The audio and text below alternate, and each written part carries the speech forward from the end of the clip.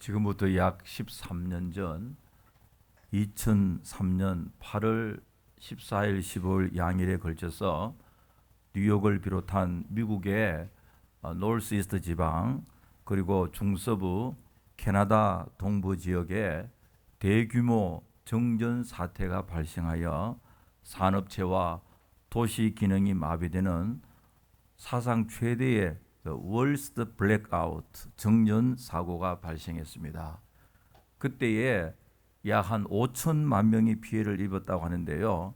대부분 회사에서는 직원들을 일찍 퇴근시켰고 상점과 가게도 문을 닫았습니다. 그리고 한꺼번에 많은 사람들이 거리로 몰려와서 신호등이나 터널에 전기가 가동되지 않아 있어 극심한 교통 혼잡을 빚었고, 아마 여러분들도 셀룰라 폰도 작동되지 않은 경우가 많았습니다. 동시에 지하철과 LIRR 그리고 뉴저지 트랜짓, 커네티컷으로 운행하는 메트로 노스, 트레인, 기차 모두 다 중지되어 혼란 상태에 빠졌으며 그야말로 케이오스였습니다. 어떤 사람들은 엘리베이터를 타고 가다가 갑자기 엘리베이터에 갇혀가지고 몇 시간 동안 고생한 사람도 있었고요. 핵발전소와 공항에도 차질을 빚었고 뉴욕주와 여러 스테이트에서는 비상상태를 선포했습니다. 문제의 원인을 보니까 나이아가라에 있는 미국 쪽의 카네디슨 발전소에 화재가 나서 그 많은 사람들이 피해를 입었는데요. 여러분, 우리가 누리는 문명의 이기가 완전하고 빈틈없는 것 같지만 그러나 때로는 허술하기 짝이 없습니다. 이 프레이즈를 말이죠. 언제 무슨 일이 생길지 알 수가 없는데요. 조그마한 이유 때문에 큰 사고가 생기는 경우가 많이 있었습니다. 여러분, 우리의 생활 속에서 빛이 없으면 이 블랙아웃 되어버리면 모든 것이 중지될 수밖에 없습니다. 생활이 마비되고요. 생명이 성장할 수가 없습니다. 오래전 미국의 그 정치가했던 벤자민 프랭클린은 자기가 사는 필라델피아에 시민들에게 무언가 좋은 일을 하기로 생각해서 아름답고 좋은 램프 등을 만들어서 자기 집 앞에 선반을 만들어서 그 위에 올려두었습니다. 그런데 동네 사람들은 참 이상하게 생각했습니다. 왜냐니까 보통 등불은 집 안에 켜두는데 집 밖에 사람도 별로 없는 집 밖에 켜두면 이게 낭비다고 그렇게 생각했는데요. 한 주가 지나고 두 주가 지나고 한 달, 몇 달 지난 후에 사람들이 깨닫기 시작했습니다. 집 밖에 등불이 있으니까 거리를 밤에 지나가도 넘어지지 않고요. 도로에 불빛이 있으니까 멀리서도 방향을 알 수 있고 아주 편리하게, 그리고 밝은 불이 있으니까 도시가 안전하게 변했습니다. 이것을 좋게 생각한 사람들이 하나씩 둘씩 자기 집 앞에도 등불을 두기 시작했는데요. 어두운 필라델피아의 밤 거리가 환하게 밝혀졌습니다. 큰 도움이 됐는데 이것이 바로 이 스트리트 라이트, 이 가로등의 시작이었다고 합니다. 오래전 제가 영길에서 1시간 정도 택시를 타고 시골에 조그만 조선족 교회 가서 저녁 예배 설교를 하고 나오는데 세상이 이렇게 깜깜한지는 그때 처음 알았습니다. 얼마나 깜깜한지요. 그런데 하늘을 보니까 하늘에 별빛만 빛나고 있었습니다. 그때 하늘에 반짝이는 조그마한 별빛이 얼마나 소중한지 실감했는데요. 여러분, 우리의 삶에 빛이 참 중요하잖아요.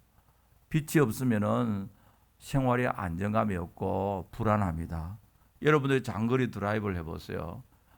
그 시골길에 드라이브 하다가 도시가 점점 가까우면 가로등이 있잖아요. 그러면은 운전하기가 훨씬 더 편해지는 것을 느낄 수가 있습니다.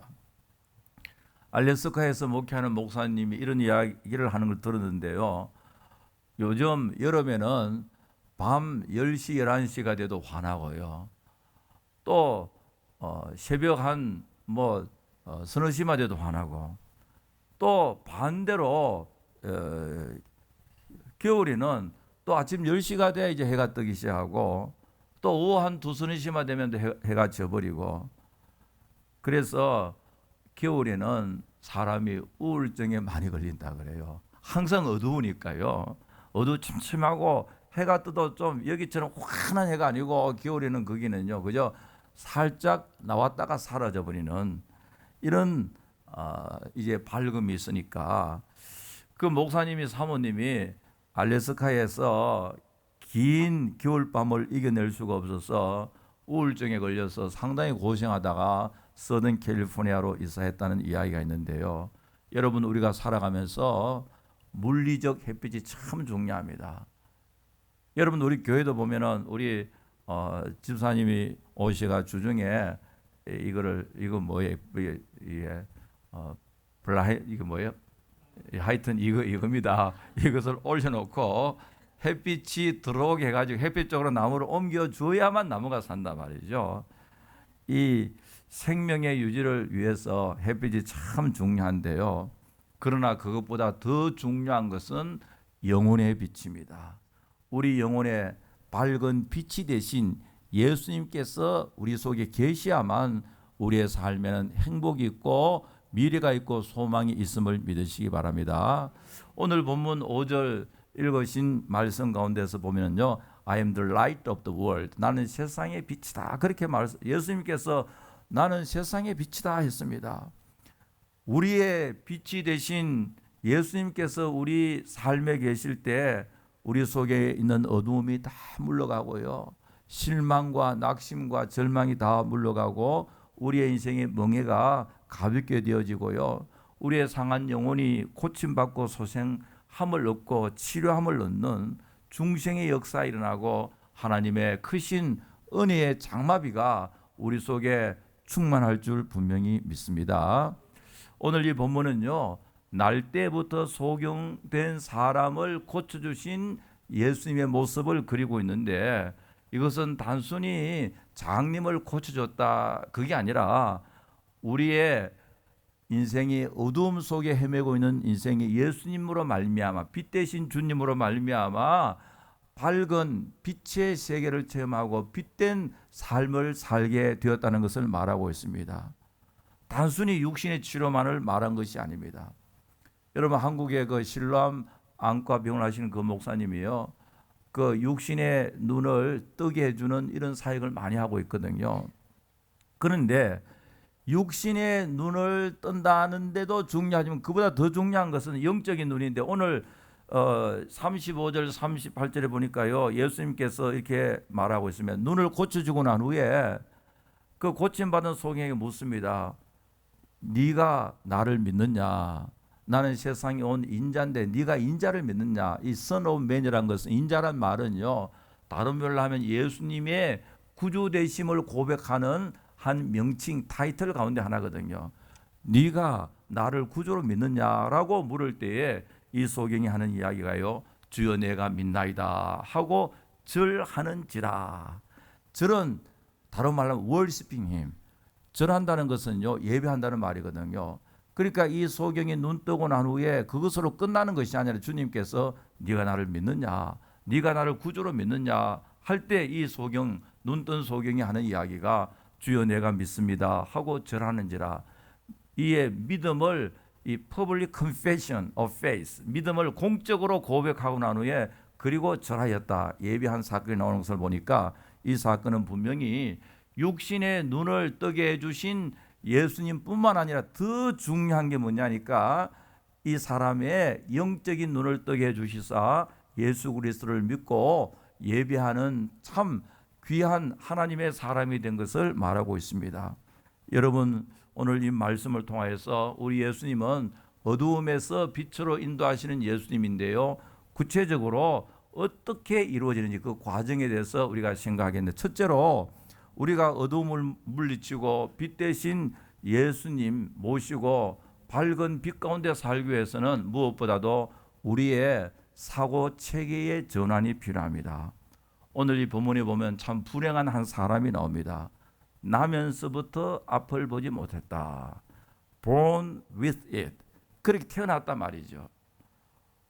어릴 때 사고 났다는 말이 아니고요, 어릴 때 눈병이 생겨서 못 봤다는 말이 아니라 어릴 때부터 소경으로 태어났고, 그뿐만 아니라 소경이라도 부자라면 뭐 어느 정도 먹고 살 수 있잖아요. 그런데 소경뿐만 아니라 이 사람은 거지다. 참 불행하지 않습니까? 육신의 핸디캡이 있을 뿐만 아니라 거지로 살고 있다. 그런데 문제는요, 이 소경을 앞에 두고 예수님의 제자라는 사람들이요, 이렇게 말합니다. 예수님이 질문하는데요, 이 사람이 맹인으로 난 것 누구의 죄로 인함이니까? 자기니까 그 부모의 죄입니까? 그때 예수님께서 이 사람이나 그 부모의 죄가 아니라 그에게서 하나님이 하시는 일을 나타내고자 함이니라. 여기에서 이 제자들은요, 이 사람의 불행의 책임의 소재를 묻고 있습니다. 여러분, 오늘날 또 개인적으로 가정적으로 교회에서 국가에서 무슨 사건이 생기면 이 문제 책임이 누구냐, 책임 소재를 묻는 경우가 많이 있잖아요. 이곳에서 제자들은 이 불행의 책임이 누구냐, 분명히 아닌 것은 이 사람 당사자는 아니다. 왜냐니까 그리 타고났으니까요. 여러분, 아이들이 어릴 때 자기가 장난이 심해가지고 아니면은 무슨 누구와 싸우다가 또 이런 사고를 당할 경우 있는데 그게 아니다. 또 아니면 사람들은요, 자기의 아이들이 잘못되면은 아빠 때문이다, 엄마 때문이다, 그렇게 이야기하는 경우가 많이 있거든. 그때나 지금이나 유대인들이나 우리 한국 사람들의 정서나 그런 경우가 많이 있습니다. 자녀가 무슨 문제가 생기면요, 너희 아빠 때문이다, 엄마가 죄를 지어, 아빠가 죄를 지었기 때문에, 그렇게 생각할 수도 있거든요. 그래서 예수님께서 그 질문을 듣고 너 그게 아니야. 이 사람이 소경된 것은 그에게서 하나님이 하시는 일을 나타내고자 함이니라. 여러분, 여기서 우리가 알 수 있는 예수님께서는 제자들의 사고 시스템을, 의식 구조를 완전히 전환시켜 버렸습니다. 자기는 이 사람은 자기 죄 때문에 그렇다. 아니면 이 사람은 엄마 때문에, 이 사람은 아빠 때문에, 아니 누구 때문에 그랬는데 예수님은 틀렸어. 너희들 다 틀렸어. 그렇게 생각하지 마. 너희의 생각이 잘못되었다. 이 말은 오히려 질문하는 제자들에게 책망하고 있습니다. 너희들이 생각을 그렇게 하지 마. 이 사람을 통하여서 하나님의 영광이 나타나고 하나님이 하시는 일을 나타내려 함이니라. 그 사고 체계를 누구 때문이 아니라 하나님 중심으로 변화시켜 버렸습니다. 여러분, 오늘 우리도 마찬가지예요. 우리가 빛된 삶을 살기 위해서는요, 우리의 의식 구조와 사고 체계를 하나님 중심으로 변화시키기를 간절히 바랍니다. 누구 때문이 아니라 하나님께서 하시고자 하는 일을 나타냅니다. 여러분, 우리가 때로는 질문을 가만히 보면요, 쓸데없는 질문을 하는 경우가 많이 있거든요. 관념적이고 추상적이고 도움도 안 되는 거예요. 전혀 우리 신앙이 도움이 안 되거든요. 옛날에 중세 시대 때에 예배당은 고딕 스타일이거든요. 고딕식의 높은 이 종탑 위에 뭐가 있습니까? 십자가 있죠. 그러니까 사람들이 모였어요. 저 십자가 위에 천사 몇 마리도 안 좋고 뭐가 좋겠습니까? 몇 사람도 안 있고, 그저 천사 몇이 있느냐? 저 십자가 꼭대기에 천사가 몇이 있느냐? 어떤 사람은 천사가 셋이 있다. 하나, 둘, 셋. 아니야, 틀렸어. 천사는 더 많을 거야. 100이 있을 것이다. 그걸 가지고 1년, 2년 토론하고 디베이트하고 이야기해 봤자 아무 소용이 없잖아요. 여러분, 오늘 이 제자들은요, 쓸데없는 질문합니다. 이 불행의 원인이 뭘까? 이 사람 때문일까? 부모 때문일까? 아무리 이야기해봐야도 결론도 나지 않고, 결론 난다 할지라도 현재 이 소경된 상태와는 전혀 상관이 없습니다. 여러분, 또 이 본문을 통해서 우리가 알고 있는 것은요, 예수님의 사고는 상당히 미래지향적입니다. 과거에 이 사람이 무슨 일 때문에 소경되는 그게 중요한 것이 아니라 하나님이 하시는 일을 나타내고자 함이니라. 그잖아요. 그러나 이 제자들 뭐냐니까, 이 사람이 옛날에 어려서 잘못했기 때문이다. 아니면 이 사람의 부모가 실수했기 때문입니다. 굉장히 그 관심의 초점이 어디냐니까, 사고의 관심의 중심이 과거 지향적이거든요. 과거에 무슨 일이 있어서. 그러나 예수님, 그게 아니다. 하나님이 하시고자 하는 일을 나타내야 함이니라. 여러분, 지혜로운 성도의 삶은요, 과거에 묶여 사는 것이 아니라 미래를 생각하면서 미래지향적이고 현재 이 문제를 통하여 앞으로 하나님께서 하시는 일이 어떻게 나타나실 것인가, 그것을 생각하는 사람, 그 사고에 전환시키며 사는 사람이 복되고 지혜로운 성도임을 믿으시기 바랍니다. 여러분, 우리가 현재 어려움을 당하게 될 때요, 누구 때문이고 뭐 때문이다 막 생각하잖아요. 뭐 생각할 수도 있겠죠. 그러나 그 생각에 집착되지 말고 아무리 어렵고 힘든 일을 만날지라도 하나님께서 이 어려운 문제를 나의 인생에 주셨는데 이 어려움을 통하여 하나님께서 어떻게 역사하실 것인가, 그것을 기대하면서 믿음으로 기도하면서 승리하는 여러분들 되시기를 간절히 바랍니다. 그 헨리 나우이라는 사람의 춤추시는 하나님이라는 책이 있는데요, 원저의 타이틀은 Turn Your Mourning into Dancing. 직역을 하면요, 나의 슬픔을 춤으로 바꾸시는 하나님이라는 뜻이거든요. 이 속에 이런 이야기가 나오고 있습니다. 그가 아버지와 함께 서커스 구경을 갔는데요. 뭐 요즘은 서커스 별로 없지만 옛날에는 서커스가 많이 있잖아요. 요즘은 우리 맨하탄에도 메디슨 스퀘어 가든 같은 세계에서 유명한 서커스단이 오는데 TV를 보면은요, 공중에서 줄타기를 하고 아슬아슬한 장면이 나오잖아요. 그런데 고개사들이요, 자기의 몸을 던지면 공중에서 받아주고요. 어떻게 그런 일이 가능할까 싶을 정도로 막 드릴이 있고 사람을 아주 긴장시키고 있지 않습니까? 여기서 헨리 나우넨이 이야기하는 것은요, 그 서커스를 보면서 맡김의 원리를 말하고 있습니다. 내가 내 몸을 완전히 던져서 상대방에게 맡기는데 내 몸을 잡아줄 사람에게 내가 완전히 맡긴다. 이 토탈 커미트먼트 한다는 말이죠. 그러나 여기에서 중요한 것은 서로의 신뢰 관계가 있어야 된다. 내 몸을 공중에서 던졌는데 그 사람이 공중에서 안 받아주면 어떡하겠어요? 여러분 상상하세요. 그렇잖아요. 믿음의 원리고 그리고 맡김의 원리인데, 그리고 내 몸을 던져서 그 사람에게 완전히 던져버리면 그 속에서 현재 내가 잡고 있는 줄을 어떻게 합니까? 놓아야 되잖아요. 현재 있는 줄을 잡고 있으면서 어떻게 몸을 던질 수 있습니까? 현재 내 생각에 집착하여 있으면은 몸을 던질 수 없죠.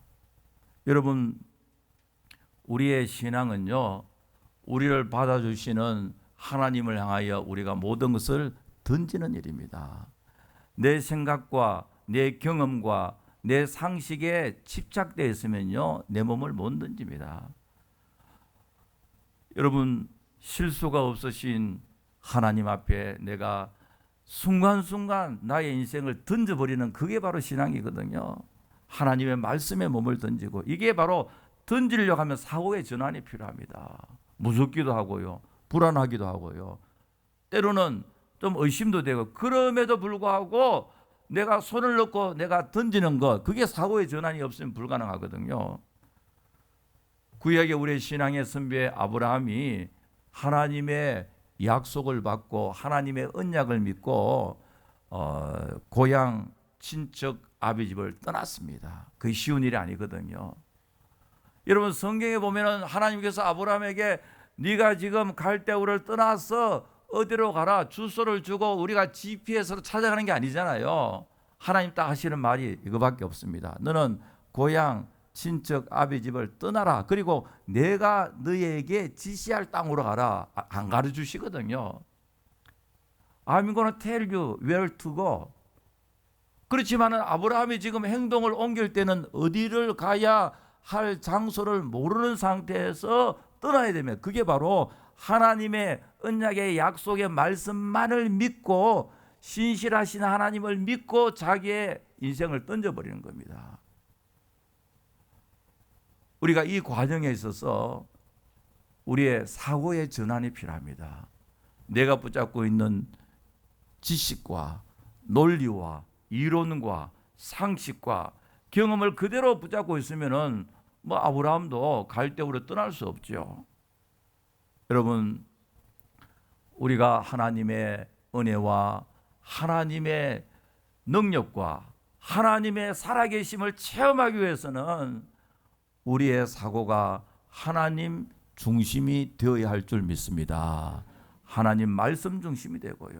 주의 언약을 굳게 믿고 날마다 우리 자신을 던져버리는, 하나님께 던져버리는 그것이 바로 우리 신앙생활에 연속되어지는 과정이라고 할 수가 있습니다. 두 번째로, 우리가 어두움을 물리치고 빛된 삶을 살기 위해서는 끝까지 인내와 순종의 삶이 필요합니다. 예수님께서 내가 세상의 빛으로 하시고 6절에 보니까요, 이 말씀을 하시고 땅에 침을 뱉어 진흙을 이겨 그의 눈에 바르고 하시는 말씀이 실로암 못이 가서 씻으라, 그렇게만 하고 있거든요.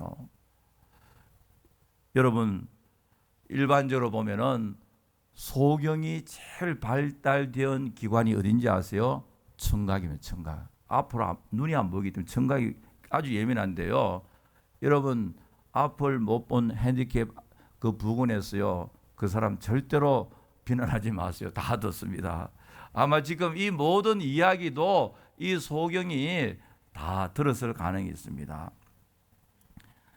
요즘 이제 추세가요, 가스 차에서 하이브리드 가잖아요. 하이브리드에서 어디로 갑니까? 차가요? 전기차, 일렉트릭 비클로 가는데 요사이 테슬라 주식이 막 올라가잖아요. 테슬라가요, 굉장히 지금 인기가 있는데, 그런데 참 신기하게도요, 전기차는 사고 날 확률이 굉장히 많다 그래요. 왜냐? 엔진 소리가 하나도 안 나니까요. 그러니까 엔진을 딱 걸면 부릉 소리가 나야 자동차가 가까이 온다 하는 것을 알 수가 있잖아요. 엔진 소리 하나도 안 나니까 이게 차가 옆에 있는지 없는지 모르고, 그러니까 소경이 시각장애인들이 가장 많은 피해를 본다 그래요. 그래서 생각한 것이 전기차 앞에 인조 이 오디오 시스템을 만들었어요. 엔진 소리를 틀면은 턴 온 하는 순간 부릉 하는 소리가 이렇게 스티어로 쫙 난다 그래요. 직접 내가 들어보지는 않았지만은요, 그렇게 해야만 사고를 예방할 수 있다 그래요. 자, 그런데 오늘 이 말씀 보면요,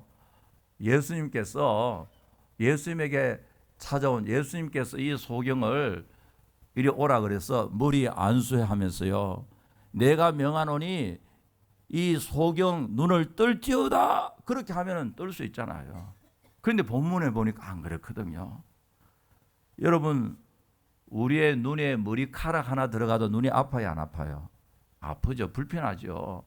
그런데 예수님께서요, 땅에 흙을 가지고 침을 이겨 진흙을 만들어서 눈에다 붙여놨으니까 이 진흙이 눈에 들어가잖아요.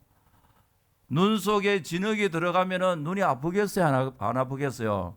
절대로 실험하지 마세요. 또 오해요. 진짜 아픈지 안 아픈지. 아마 굉장히 불편하고 아팠을 거예요. 여기서 우리가 알 수가 있는 것은요, 이 소경은 이해할 수 없는 주의 말씀을 끝까지 참았습니다.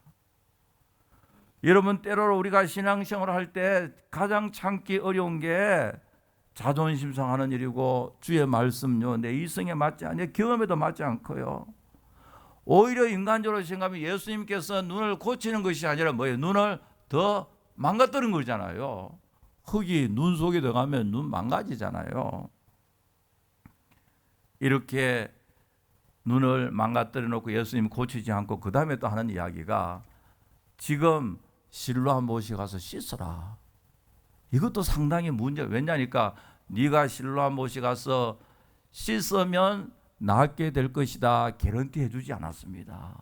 그저 하시는 말씀이 눈에 진흙을 잔뜩 발라놓고, 그것도 침으로 이겼어요. 잔뜩 발라놓고 하는 이야기가 실로암 못이가 씻으라 그러니까요. 이해될 수 없거든요.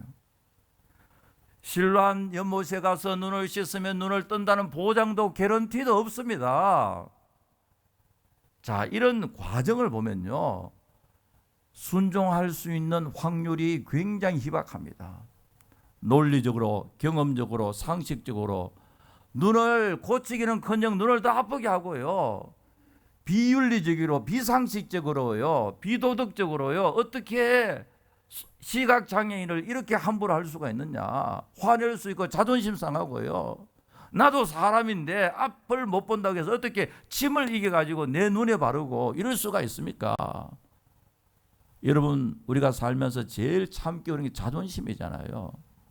아무리 신분이 낮고 거지 같은 사람이 할 때 자존심이 있잖아요. 어린아이들도 자존심이 있잖아요. 그러니까 아이들을 우리 교육할 때 최소한 이 바텀 라인은 아이들 자존심을 상하게 하면 안 된다.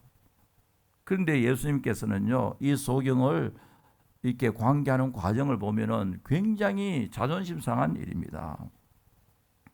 그럼에도 불구하고 중요한 거는요, 그럼에도 불구하고 자기의 생각과 경험과 자기의 삶의 스탠다드와 자기의 이성을 전부 다 중지시켜 버리고 주의 말씀에 아멘으로 순종하여 실로 물가에 가서 눈을 씻게 되니까 고침을 받았습니다. 이게 신앙이거든요.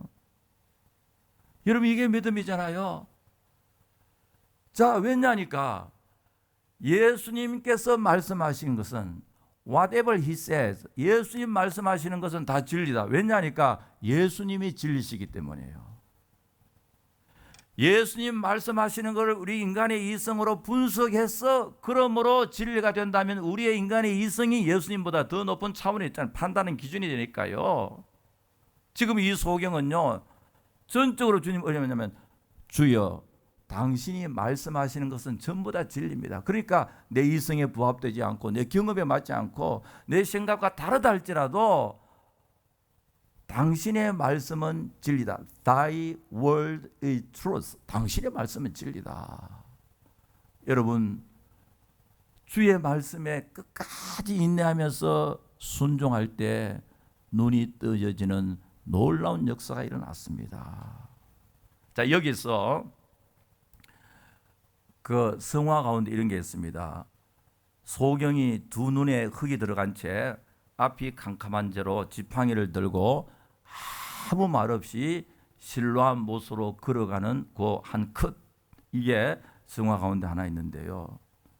이 소경이 실로암 연못으로 갈 때 무엇으로 생각했을까? 무슨 생각을 했을까? 상당히 시간이 걸릴 거 아니에요. 소경이 실로암 못까지 간다는 그게 성한 사람이 가는 거하고 다르잖아요. 앞이 안 보이니까 지팡이 들고 한 걸음 두 걸음 두벅두벅 걸어갈 때 그 마음속에 무엇을 생각했을까? 의심도 있을 수가 있고요. 내가 지금 무슨 짓을 하고 있느냐? 이게 맞는 일인가? 온갖 생각을 할 수 있음에도 불구하고 끝까지 인내하며 주의 말씀에 순종하여 실로암에 가서 눈을 씻고 나니까 밝은 눈이 되었습니다. 여러분, 우리의 믿음도 이런 믿음이 합니다.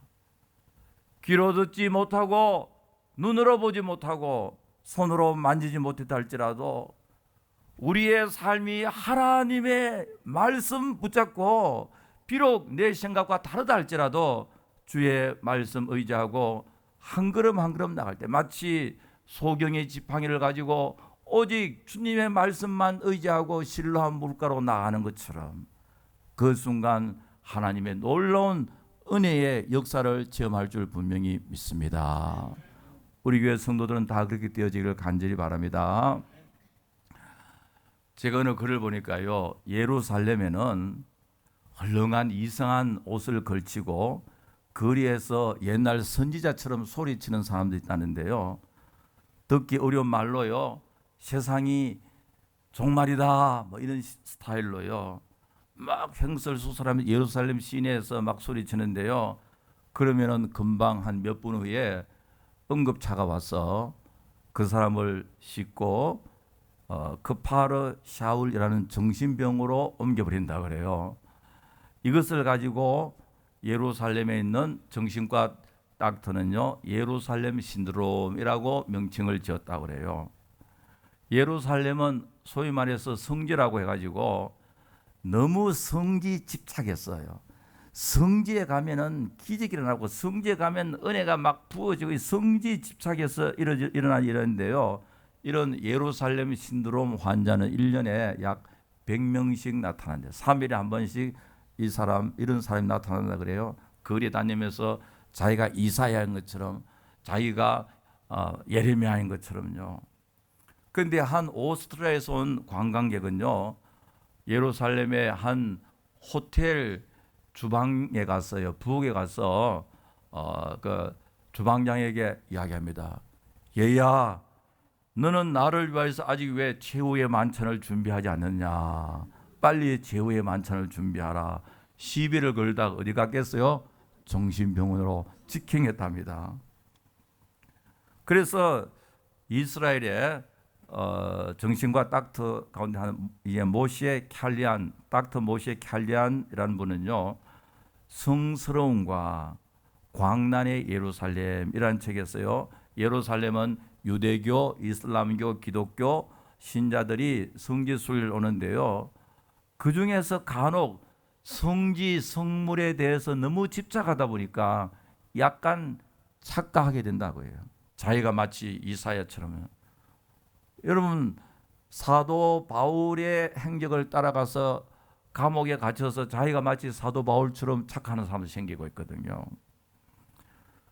여러분, 여기서 우리가 알 수가 있는 것은 우리의 신앙의 중심이 성지나 성물에 집착하게 되면요, 굉장히 잘못될 수 있습니다. 여러분, 어떤 사람은 성지를 가야 신앙생활을 잘한다고 생각하는 것은요, 그 말이 간단한 것 같지만 굉장히 큰 문제입니다. 눈으로 봐야 신앙생활을 할 수 있다요. 여러분, 성지라 그러면 지금부터 예수님 시대만 2000년 됐고 그렇잖아요. 그리고 다윗이나 솔로몬 시대 3000년 지났는데 아브라함 시대 4000년 전인데요. 그곳에 가야 한다? 그렇지 않습니다. 우리 하나님은 산자의 하나님이시고요, 죽은 자의 하나님이 아니시고, 우리의 신앙의 절대 유일의 기준은 살아있는 생명력이 있는 하나님의 말씀임을 믿으시기 바랍니다. 여러분, 어떤 사람들은요, 요단 강에 가서 세례를 받고 막 그런데 요단 강에서 세례 받아 가지고 삶이 많이 변화됐어요. 안 그렇습니다. 요단 강에서 세례 받았다 해 그 자체가 무슨 의미가 있는 게 아니잖아요. 어떤 사람은요, 그 갈릴리 바다나 요단 강물을 가지고 미국까지 와가 한국까지 와서 세례 주는데요, 그 물이 다 썩었습니다. 오히려요, 뉴욕시티 워럴이 훨씬 더 깨끗합니다. 중요한 것은 뭐냐니까, 눈에 보이지 않고 손으로 만지지 못하고 귀에는 들리지 않지만 살아계셔서 우리와 함께 하시는 하나님께서 말씀과 성령으로 여러분들을 어두움에서 빛으로 인도하심을 믿으시기 바랍니다. 그리고 세 번째로 생각할 것은 어두움을 물리치고 빛된 삶을 살기 위해서는 믿음의 확신이 필요합니다. 9장을 계속 읽어보면 이런 내용이 나와 있습니다. 소경이 눈을 떴으니까 좋은 일입니까 나쁜 일입니까? 좋은 일이죠. 셀러브레이트 해야 됩니다. 축하하고 감사하고 찬양해야 되는데 시비 거는 사람 유대인들이 왔어요. 누가 너를 고치겠느냐? 오늘은 안식일인데 너를 고치 일을 하다니 해서 눈 고침 받은 사람이 유대인 회에서 출교를 시켜버렸습니다. 출교시키고요, 예수를 가리켜서 죄인이라 몰아붙이고 있거든요. 여러분, 이걸 보면요, 여러분들이 선한 일을 하고 하나님께 봉사하고 좋은 일을 했다고 사람들로부터 항상 칭찬받는다고 착각하지 마세요. 그 반대일 가능도 많습니다. 하나님 앞에서 바로 사는 사람도 어려운 일 당하는 경우도 많이 있습니다. 바리새인들이 끝까지 2번, 3번 찾아와서 이 소경에게 질문하면, 너를 눈뜨게 한 자가 누구냐? 그는 죄인이다. 예수는 죄인이라고 그렇게 이야기합니다. 그때에 25절에 보니까요, 그가 죄인인지 내가 알지 못하나 한 가지, one thing I know, one thing I'm sure. 뭐냐? 내가 맹인으로 있다가 지금 보는 것이다. One thing I'm sure is that once I was blind, now I can see it. 내가 지금까지는 소경 가운데 살았지만 지금은 내가 눈을 떠서 당신을 보고 있지 않냐. 이것만은 확실하다. 그리고요 35절부터 보면은 예수님께서 눈뜬 소경에 묻습니다. 네가 인자를 믿느냐. 여러분 성경에 복음서에 인자란 말 선오메란 말은요 사람의 아들 그런 뜻이 아닙니다. 그리스도에 대한 타이틀을 가운데 그리스도인 타이틀이 여러 개 나오거든요. 메시아, 하나님의 아들 뭐 나오지. 그 중에 하나가 인자란 말은 예수님 죽으시고 부활하시고 난 후에 구주가 되신 것을 말하고 메시아라는 이런 다른 타이틀이거든요. 예수님께서 쉽게 말하면 이 눈뜬 소경에 묻습니다. 네가 나를 그리스도라고 메시아로 믿느냐. 그때에 이 사람이 하는 말이 주여 내가 뭐였습니까? 내가 믿나이다 하고 뭐였습니까? 절하는지라. 이게 중요한 신앙 고백. 이거를 많은 사람들이 협박하고 자기를 막 귀찮게 하는 사람들 앞에서 분명히 말합니다. 내가 믿나이다. 내가 분명히 믿습니다. 내가 예수님을 구조로 믿습니다. 하고 난 후에 절한다. 이런 절한다는 말은요. worshiping him. 절한다는 말은 예배한다는 뜻. 예배란 말의 그 어원을 보면요. worshiping이라는 말의 어원을 보면은 절한다는 말이거든요. 동방박사가 각종 보석을 가지고 귀한 예물을 가지고 어린 양 예수께 뭐 했습니까? 절하여 예배했거든요. 여기에 절하는지라는 월시핑이 예배하는 겁니다. 자, 여기서 우리가 중요한 것은요. 지금 유대인들이 아주 이 사람을 핍박하고 협박하고 유대회에서 출교를 시켜버렸습니다. 아주 무슨 죄죠. 아주 무슨 제목을 뒤집어 씌워가지고 소경으로 있을 때는 문제가 없었는데 눈 뜨고 나니까 지금 핍박이 시작합니다. 여러분 예수님 없이 살 때는 적당하게 잘 살아나갔는데 예수 믿고 난 후에 믿음으로 살면은요 더 어려운 일이 생길 수도 있잖아요. 그럼에도 불구하고 주여 내가 믿습니다 하고 예배하는 이 어려운 가운데서도 분명한 신앙 고백을 가지고 이 사람이 살아가고 있습니다. 여러분 우리 크리스찬은 누구냐 하니까 믿음으로 사는 사람임을 믿으시기 바랍니다. 크리스찬이 누구냐? 크리스찬은 우리가 믿음으로 구원받고 믿음으로 사는 사람이다. 우리 부르는 찬송가 가운데서도요. 세상 흔들리고 사람은 변해도 나는 주를 섬기리. 주님의 사랑은 영원히 변하지 않네. 나는 주를 신뢰해. 오직 믿음으로 내가 살리라. 오직 의인은 믿음으로 말미암아 살리라. 우리 크리스찬은 누구냐? 바로 믿음으로 사는 사람입니다.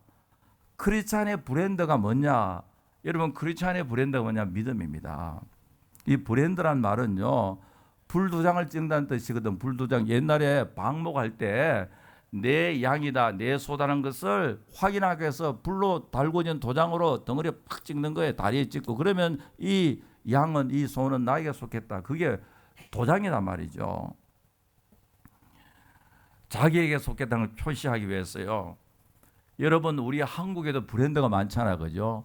뭐 삼성 브랜드, LG 브랜드, 현대 이 세계 상당히 높은 그 브랜드 가치를 갖고 있잖아요. 그런데 우리 한국에서 오래된 브랜드 가운데서 제일 오래된 브랜드 가운데서 아직까지 브랜드 가치를 계속 지니고 있는 게 뭐라고 생각되면 우리 한국의 제품 가운데서요. 이것은 1910년 8월 15일에 특허국에 등록되었는데 아직 그 명성을 이어가고 있습니다. 뭔지 아세요? 부채표 뭐죠? 활명수라 그래요. 저는 절대로 동화 제품 팔러 온 사람 아닙니다. 제가 보니까 글을 보니까요. 1910년도 특허청에 등록이 됐는데 아직까지 우리 한국의 브랜드 가운데서는 성공하고 있는 브랜드는 부채표 할명수다 그래요. 브랜드 가치가 중요하잖아요. 요즘 보는 나라와 국가도 브랜드의 가치를 정하더라고 이게요. 애플도 뭐 회사도 그렇고요. 마이크로소프트도 그렇고 삼성도 그렇고요. 여러분 그 브랜드는 그 상품의 실체를 그대로 사인하고 표시하잖아요. 이 signify. 브랜드는 그 상품과 그 나라와 그 모든 것을 하나로 눈으로 보여주고 있는 게 브랜드잖아요.